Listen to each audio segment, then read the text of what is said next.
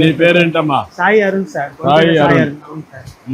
ప్రతి క్లీనింగ్ చేస్తాను, garbage clean చేస్తాను, లోపల నుంచి అన్ని తీసుకుని వచ్చి డివైడ్ చేస్తాను సార్.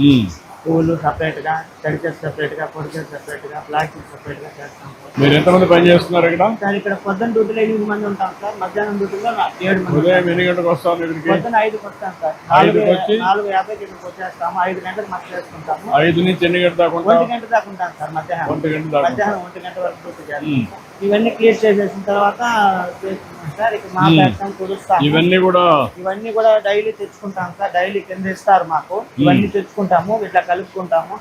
ఎన్ని సార్లు క్లీన్ చేస్తారు రోజుకి? టెంపుల్ లోపల ఒక డ్యూటీకి 5 సార్లు క్లీన్ చేస్తాం సార్. ఇక్కడ మాత్రం యాత్రికులు వస్తూ ఉంటారు, వాళ్ళు వచ్చేదాన్ని బట్టి మేము చేస్తూనే ఉంటాం సార్. చెత్త పడుతూ ఉంటే క్లీన్ చేస్తూనే ఉంటాం.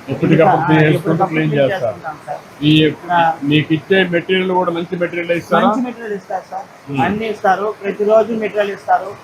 ఏది అవసరమైతే అది ఎప్పుడు కావాలన్నా ఇస్తారు. తీసుకొచ్చుకుంటాము, వాడతాము. మళ్ళా ఇక్కడ వచ్చినటువంటి చెత్తని పొడి చెత్త, తడి చెత్త రెండు వేరువేరుగా వేస్తున్నారా? ఒకటి దాంట్లో సార్, తడి చెత్త పొడి చెత్త వేరువేరుగా వేస్తాము. వచ్చిన యాత్రికులకు కూడా చెప్తాము, వాళ్ళు వేస్తారు. ఎవరో ఒకటి కలిపేస్తారు కదా సార్, అది తీసుకెళ్లి మేము మళ్ళీ డివైడ్ చేసుకుంటాం సార్. ఇప్పుడు వచ్చే భక్తుల్లో మార్పు వచ్చిందా సార్? చాలా వరకు వచ్చింది సార్.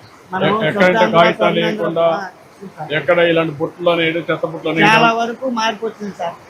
చాలా వరకు ఈ ప్రోగ్రామ్ స్టార్ట్ చేసిన తర్వాత నుంచి చాలా వరకు మార్పు వచ్చింది సార్. మాకు కూడా చాలా వరకు ఆనందంగా ఉన్నారు సార్.